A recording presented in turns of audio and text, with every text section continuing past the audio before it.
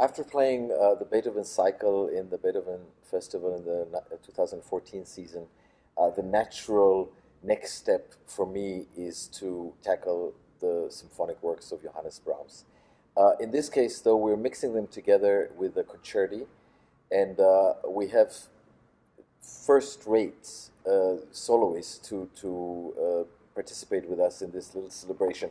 I think it's great for the orchestra to be dealing with these big four important symphonies because they're at the core of our repertory, and they, after having played the Beethoven, they enable me to work with the orchestra together on the style of playing, on lending the orchestra a clear profile of expression and technique, and at the same time, great joy for the audience because, again, you hear a symphony here or there, but hearing them all together and with the concerti gives a very different kind of look into this great composer's work.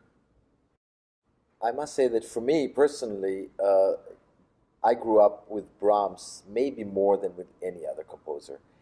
Because my father, who came to Israel from Germany, and also my uncle, both music lovers, Brahms was on top of their favorite list. And they listened on old gramophone recordings to Brahms day in, day out. And when I started to play the piano, I immediately wanted to play Brahms because the sound world and the harmonic language were so familiar to me, and I loved them. And so maybe the closest composer to my heart, me as a young musician, was Johannes Brahms.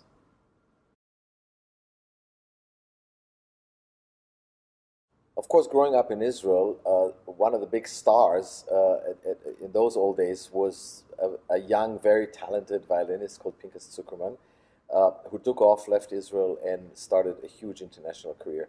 What is so wonderful about Pinky is that he's, on top of being a phenomenal violinist, an incredibly wonderful viola player.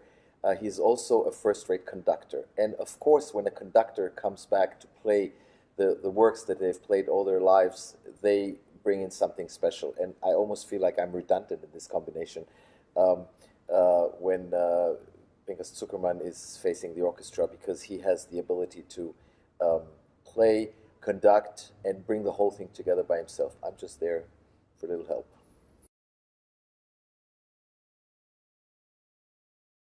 My first encounter with Gary Goldstein was playing Rhapsody in Blue with Chicago Symphony Orchestra of all works, and I'm thrilled that he's coming because this year in Tanglewood I've played with him the second piano concerto with the Boston Symphony Orchestra, and it was such a wonderful performance. I know that he plays the first also in a very exciting way, so it's good that we have a pianist of his caliber to play both concerti, so the audience really gets to know him better.